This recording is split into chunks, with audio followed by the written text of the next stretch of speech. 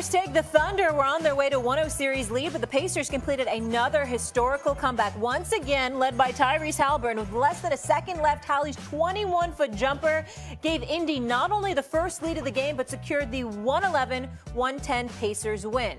But OKC felt the pressure to bounce back in Game 2. MVP SGA had an amazing performance, putting up 34 points, 8 assists, and 4 steals. Thunder would go on to win it 123-107. SGA now has 72 points through the first 2 games of the finals, the most by any player in his first 2 finals games. Here's head coach Mark Davenport. One thing we definitely have to be prepared for is just watching them, especially in Game 5 in New York, and then Game 6. In Game 6, they made a conscious effort when they came home off a loss to really ramp up the physicality, pressure. And so that's one thing we have to be ready for coming in here, is understanding they're going to play with a lot of energy. They play very well here. They play very comfortable here. And we've got to level up to that if we want to give ourselves a chance to compete. Yeah. Mark Davenport, another great coach from Storrs, Connecticut. It's unbelievable. Wow, Basketball capital of the world. Monica, I saw you at the other studios. Mouth those. Looking gorge. Thanks, honey. Yeah, we're excited to be there. All right, let's dive right in. Don't make a... You hate those studios, I can tell. Okay, guys, Come on, let's go. let's all keep it together. Have you heard about it? Okay, guys, I'm extremely grateful for my job in the show and that I even have a studio You brought to it work up. in. I didn't say anything. I just said she looked great in the new studio And I and was appreciated having that. fun with Greenie. It looked awesome. That's all I said. We did have fun. Good show. Keep it together. Monica, who has the advantage tonight, OKC or Indy? Pivotal Game 3. Oh, man. I think OKC actually has an advantage in this one, Molly.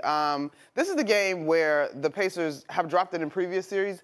They obviously do a really good job of bouncing back from their Game 3s, but I think to what Mark Davenport had to say and SGA's reaction after the Game 1 loss, I just think the Thunder are in a different class. They've graduated a little bit in terms of their focus, understanding what they're up against, and obviously all the numbers continue to indicate that they have a historic defense. Look, Gamebridge gets loud. Those fans are terrific. Obviously spent a lot of time there during the Knicks series. But I just think that in Game 2, the Thunder found something. I do think that they will split in Indy the next 2 games. But I think going into Game 3, they're going to be looking to make a statement. I think that we are going to go back in about 10 days, and we're going to go back to that Denver Game 4 when they were down 2-1 and down 8-9 points in the fourth quarter, when OKC was in some trouble in that series, and they won that game, and they bounced back. I think we're going to look at that game as that was their turning point to win a championship. And they have outplayed the Pacers, what did I say, 90 out of 96 minutes an hour ago? And they've outplayed them by that amount in these first 2 games. And remember, Indiana's going to give everything they got tonight. The other Game 3s that they lost, they were up 2. They played 96 minutes in the 2 games. They've dominated for 90 of the 96 minutes. Correct? Is that about right? That is accurate. Last 5 minutes of Game 1, and that's been it. They won Game 2. So I think OKC, with momentum, will win the game tonight. And I'll say one other thing then, Jay. It's all yours. I'll say one other thing. If OKC wins tonight, this series is over. Agreed. I think Indiana has to win the game. Yeah. Now, if Indiana wins, the series isn't over because OKC was down 2-1 at Denver and they came back and won the series. I think Indiana, I don't know how Stevie feels. I'll let you take it next. I think it's a must-get for them. Haliburton is obviously the obvious answer. I apologize. My tie and my microphone. Yeah, your mic. Well, you are going to the polo. Yeah, she's mimicking me. See, that's something I would do. She learns. She actually She's taking care of me. She's taking, give her credit. But I do think... It's not always about you, Steve. Keep going. I think OKC wins 2-1 up going into the Friday Game 4. So I think tonight is a must-win for Indiana. And to your point, the thing that You're good. Hallie is a really big thing, right?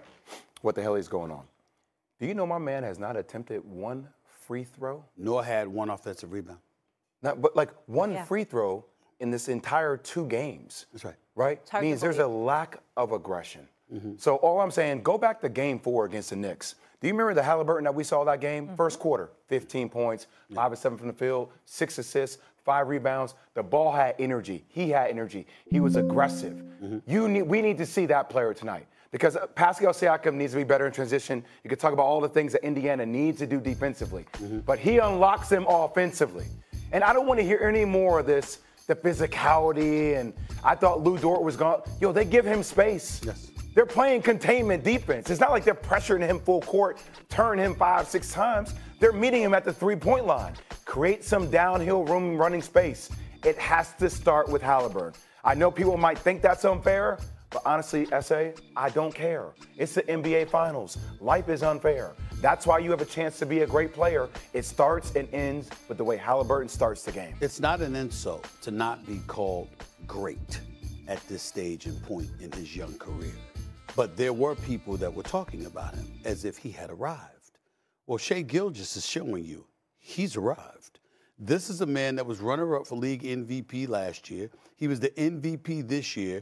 His team was the #1 seed after the regular season in both years. There was pressure on them to win this postseason. The brother sat up there and averaged 32 during the regular season, made sure he was averaging that during the postseason, shows up in the NBA Finals, and a model of consistency, just doing what he normally does. Just another day at the office. You know that guy plays your position. He is opposite of you. He's the engine that's supposed to stir the cup for the Oklahoma City Thunder, and that's exactly what he's doing. You know exactly what you're supposed to be doing if Indiana is to stand a chance. So for me, when I look at all of those elements, I'm saying, excuse me, step up. Tyrese Haliburton is no scrub. He's not somebody that's overrated like they tried to rate him. He's better than that. But the flip side to it is that when this noise comes your way and you're on the court for 65-plus minutes in the first 2 games and you don't attempt a free throw, and you're averaging, literally averaging 20 points less than the guy opposite you who plays your position, 20 points less? Come on now. I mean, at some point in time, we do have to look at you and say, yo, are you ready? Are you ready for this challenge? This challenge. I know, but like, can we unpack that? Can we separate it, Doggy? Sure. Like, I get the first 2 games.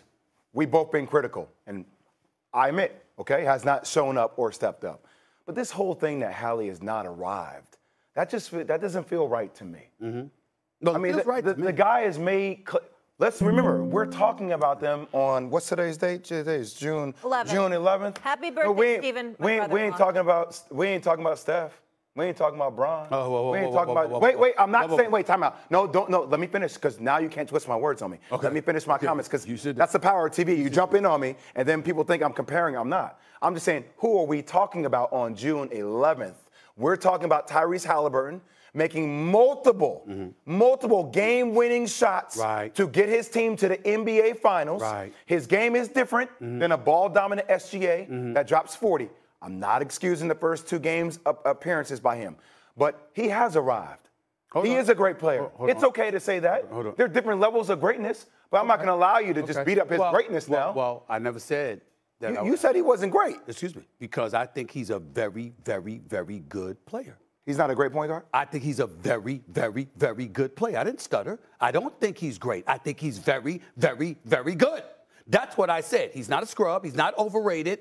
But when I think greatness, no, I do not see him that way. Great in moments, close out the game. Robert Horry was too. We never said he was great. He's a 7-time champion. And he closed on many occasions with big-time shots. Chauncey Billups, big-time shots. You can be a big shot maker in a big moment and not necessarily be perceived as being an all-around great player. Greatness involves night in, night out, complete reliability, where you are a face of a franchise and everybody knows it, and here you come. But let me say this to you. Okay. Because you brought up, the only reason I was going to jump on you about, hold on. The only reason I was going to jump on you when you mentioned Steph and you mentioned LeBron, I wasn't going to jump on you because you're comparing them. I was going to say, wait a minute,